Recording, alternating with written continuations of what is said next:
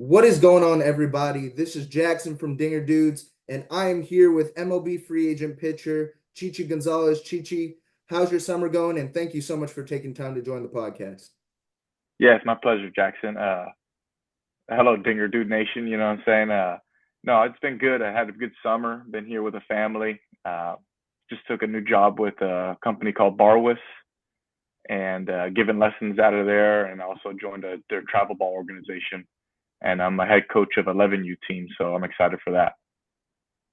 That sounds awesome. This is not related to my first question, but after hearing that, if you were given the opportunity to sign with an MLB team, would you take the opportunity, given your new job experience?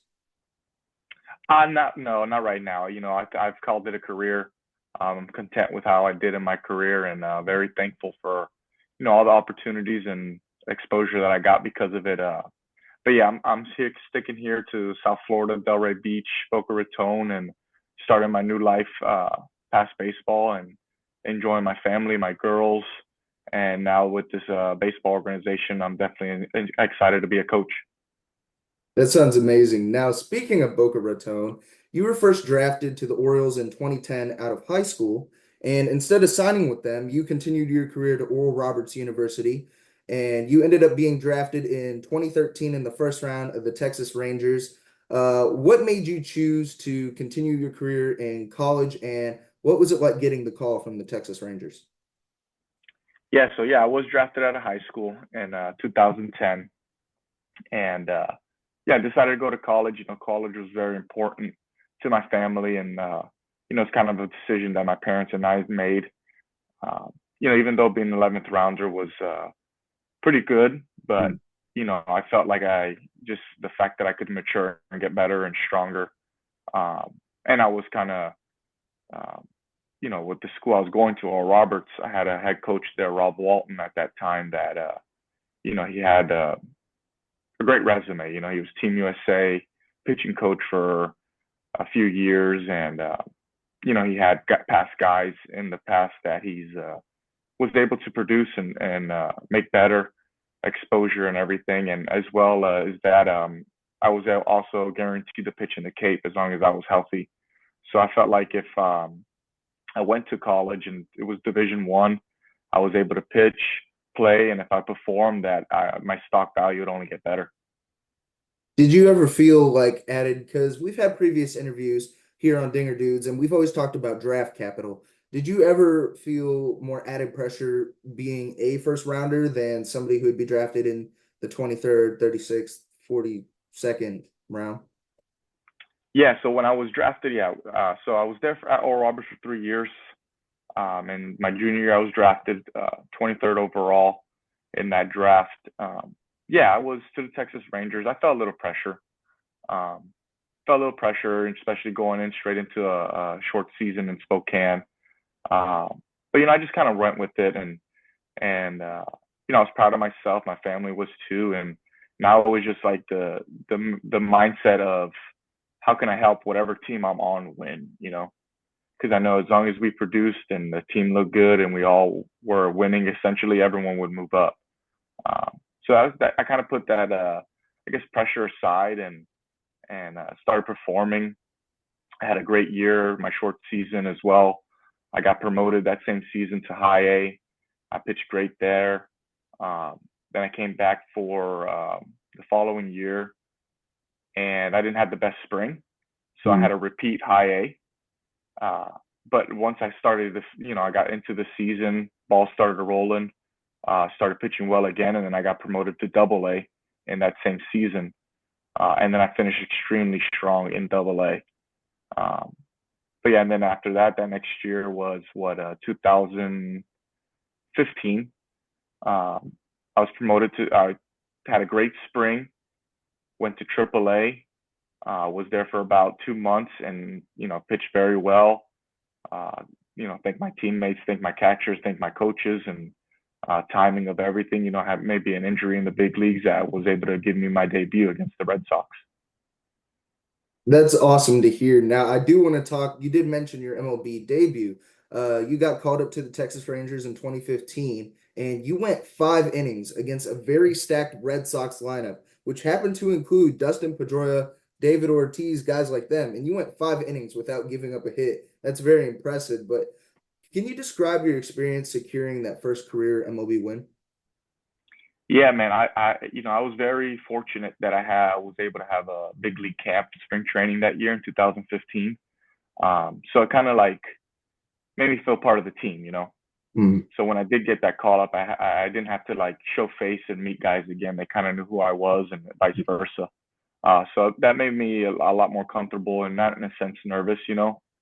Um, but yeah, so it kind of gave me the role of things, and as well in that spring training, we had an exhibition game that I pitched against the Mets at Arlington. So it's the same thing, right? Like I've already pitched at this field, already kind of done this, done that, which prepared me, right? But yeah, that team that I pitched against, man, it was loaded. I had Pedroia, uh, uh, who else was in there? Ortiz, Napoli, Hanley Ramirez. Um, Forget the other. It was a Cuban guy. Um, but anyways, it was a stacked lineup, man. And that was like one of the advices that my AAA coach did was like, you're good, right?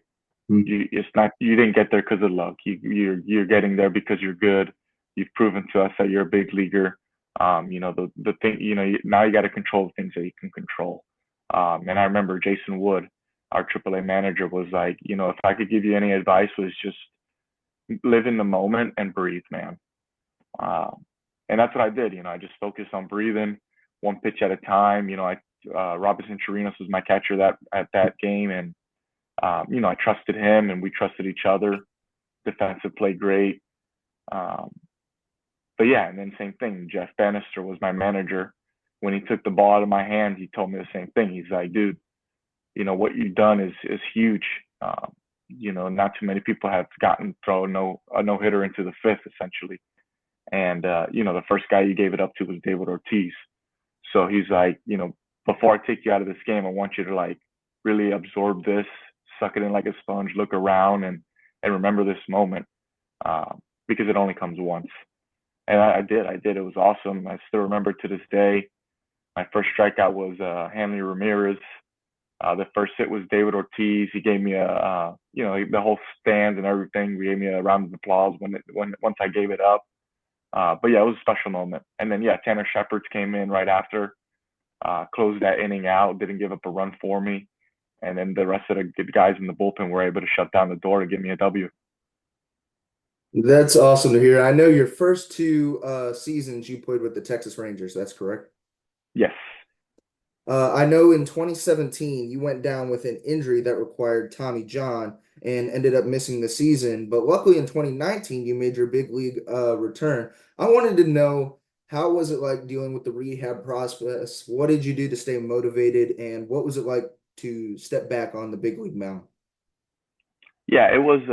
My process was kind of long, man. I ended up I had a like slight tear coming out of spring training, and we ended up doing a PRP injection because it wasn't a crazy tear. It was like 40% torn. So anything past 60 or 50, they kind of tell you surgery right away. And at that moment, I was just trying to, come back as soon as I could. So I did rehab for about half the season. Once I started throwing bullpens, it kind of was achy again. So we took another image and it started tearing again. So then I just went down with the surgery. So essentially, I was out of baseball for 2 years, rehabbing with the Rangers. And once that 2 years was up, I became a free agent. Uh, I went to play winter ball in Licey for the Licey Tigers, and it was an amazing experience, man. The baseball there is unreal. I'm sure that you've heard and you've seen. Uh, but yeah, the fans love it. They're totally into it. It's a must-win playoff experience every single game, and I benefited from that a bunch. And that's how the Colorado Rockies were able to see me. That's like fantastic here that you were able to rehab, because I know a lot of guys. We actually had an interview with Justin Masterson a month or two ago. He's a former Cleveland pitcher, and he said that there was a lot of doubt in his mind that he would return to, because he had a similar injury like yours, and he said there was a lot of doubt in his mind. to return to the big leagues, but what's the advice, I guess, you would give big league pitchers or pitchers in any sort of level to stay motivated in facing an injury like this? Yeah, with me, man, I was fortunate that I had another guy, Brett Eidner, uh, we had the surgery day like 2 days after each other, right? He was with the Rangers as well, rehabbing, and I was fortunate enough that we were able to be throwing partners, gym partners, and kind of go through that process together, right? Like, so it was like the first week of throwing, like, yo, does your arm hurt you? Is it killing you? And it's like, yeah. So it's like coming back to, okay, this must be normal, opposed to not having someone to relate to. Uh, but yeah, it was a lot of ups and downs, man. You just gotta. It's almost like learning your whole body all over and again, and knowing that, and trusting the trainers, trusting the doctors, and trusting that that surgery has been so many times that it's not going to be 100% perfect, right? And it's the ability of your mind to be able to like push through those little days that they're more sore than others and hurting more than others, because I didn't feel 100% until a full season under my belt with the Rockies, right? Mhm. I went to Dominican Licey with my elbow kind of still a little feeling sore, but I took it as in this is part of the process, right? I just had my arms torn open, sewn again, retied. Like it's a big deal, right? So it's not like within that process you're going to be full go. Uh, so I embraced it. I embraced the pains and the ups and downs, but it was the best for me was able to communicate with another guy going through that same time frame as me. Uh, but yeah, I mean the advice that I give to an athlete in that situation is just take a step at a time, think day to day, opposed to that end goal. Because if you start thinking about that end goal, it's a long road. It's those little battles of that day to day of what do I got today? It's throw 90 feet, throw 90 feet at the good intent and be happy with it, and then come to the ball field, prepare for the next. Still have that vision of that finish line, but you got to get to 10 yards before you can go the 100, essentially. Now, overlooking your whole big league career, do you have a favorite moment from Yankees, Brewers, Twins, Rockies, Rangers? Do you have a favorite clubhouse moment, a favorite teammate moment that you'd like to share with everybody? I mean, I would say like my top moment was when I threw my complete game and with against the Kansas City Royals. Um, that was a cool experience. Prince Fielder was there. I mean, everyone on that team, we had so much camaraderie, so much faith in each other. We got to the playoffs. I think we did it 2 years in a row. Beltre was there, Elvis Andrews, just a solid team, man. Sam Dyson, Jake Diekman. Um, now Beltre's into the Hall of Fame, so it was like super special that I was able to play with the Hall of Famer. And I'm sure Prince was on that route too, but things happen. But everyone in that clubhouse is great dudes. Um, Never run into any type of arguments or anything like that. That's what it takes to be a winning ball team. And I'm super fortunate I was part of that. But definitely like my no hitter, and then being able to be in those playoffs for 2 years in 2015 as well as 16. Uh, and I got to even pitch in one in 2015. Didn't go the greatest. We were against the Blue Jays, Mhm. uh, but just that atmosphere, the fact that we were in it, um, playing longer than anyone else. It was just playoff baseball. It's great. Now, speaking of 2015 with the Texas Rangers, I hear that you have mentioned a lot of your former Texas Ranger teammates. I have it right here on statreference.com. Do you remember the Texas Rangers lineup from your MLB debut in 2015? I have it right here. All right, let's see. So behind the dish was Robinson Chirinos. Mhm. At third base was Beltre. Mhm. Shortstop was Elvis. Mhm. Second base, I believe it was Hanser Alberto. Yes. First was Adam Rosales. Mhm. Right, let's go center was, I want to say Delino. If not Not Delino, then Leo Martin. Flip flop them, yeah, but they were both in that lineup. Yep, Oh, okay. center and left. You're just missing right field. Right field. Oh, and DH. DH was Prince, Mhm. and then right field. Uh, right field. I don't think it was Ryan Rua. It wasn't Ryan Rua. It wasn't. Okay. Thinking of another outfielder. Is Hamilton? It is Josh Hamilton. Wow, there you go. It is Yeah, Josh that's another Hamilton. crazy name that I played with, you know? Yeah, we did. I asked the same question to Dan Straley, and you got 9 out of 9. He got 8 out of 9. So that was All considering right, considering cool. it was 9 years ago.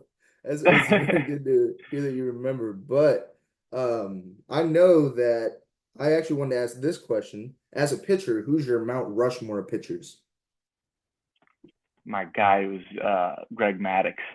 I Hmm. love like I wanted to be like him, you know, sinking the ball, cutting it. Because in my eyes, you know, once I had the Tommy John, I never got to throw as like what I did my rookie year, right? I was Hmm. 95 plus my rookie year, and after TJ, I didn't get quite back to that same intense velocity, but it made me a true pitcher again. You know, made me think of more of the chess match of setting up hitters opposed to just being a power guy. And yeah, Greg Maddox, I still to this day is like look him up on YouTube, and it's like wow, I can't believe the way that guy made the ball move. And I was able to his my pitching coach Mike Maddox with the Rangers. So Greg was there all the time. You know, I had him in Double A. He would come out. I guess he loved some golf course in Midland, Texas. So he would always come out and be part of the team and give us, you know, tips and cues and just hang out with us. That's Greg Maddox is a great number one. Do you have three others you would put up there with him? I would say Nolan, right? Mhm. Nolan Ryan is Texas dude. And I got to meet him in my draft, and he was part of that organization while I was in Texas. Uh, and then the next dude, um, oh yeah, what is it? What is it? I can't believe I'm forgetting his name. I can see him where he's pitching for and everything. Boston Expos. Uh, Pedro Martinez. Pedro Martinez. Yes. Yeah, he was filthy, man. He's just power guy with a crazy changeup and um, super competitive, just like Nolan. And you know, they're Hall of Famers, bro. Mhm. They know what they needed to do, and they were cutthroat. And once they had you down, they would finish you. Is there a pitcher as a major league pitcher? Is there a pitcher that you modeled your game after that you tried to be like? Uh so I know um, when I was with the Rangers, they kind of gave me a guy to kind of look over and see his stuff, and it was Anibal Sanchez. Mm, Uh, and that guy had an awesome career as well. But I remember, you know, a pro scout coming and telling me that, hey, this is a guy that you would want to kind of like if you're lost in the scouting report, watch a game that he pitched against them, and you know, model your game after his.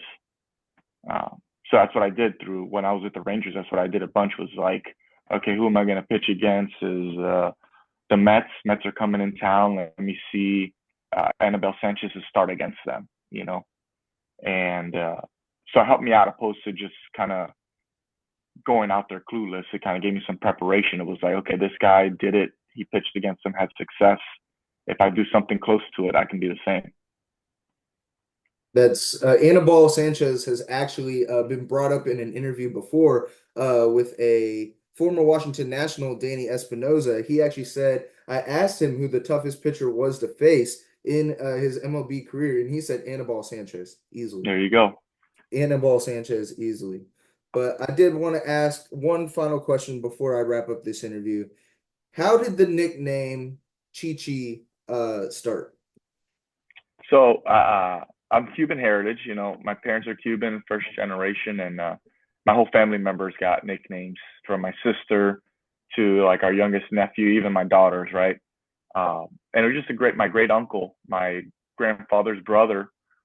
I guess I was like 2 or 3 years old in the crib and came into the house and was like, "Hey, where's Chi?" And everyone was like, "Who?"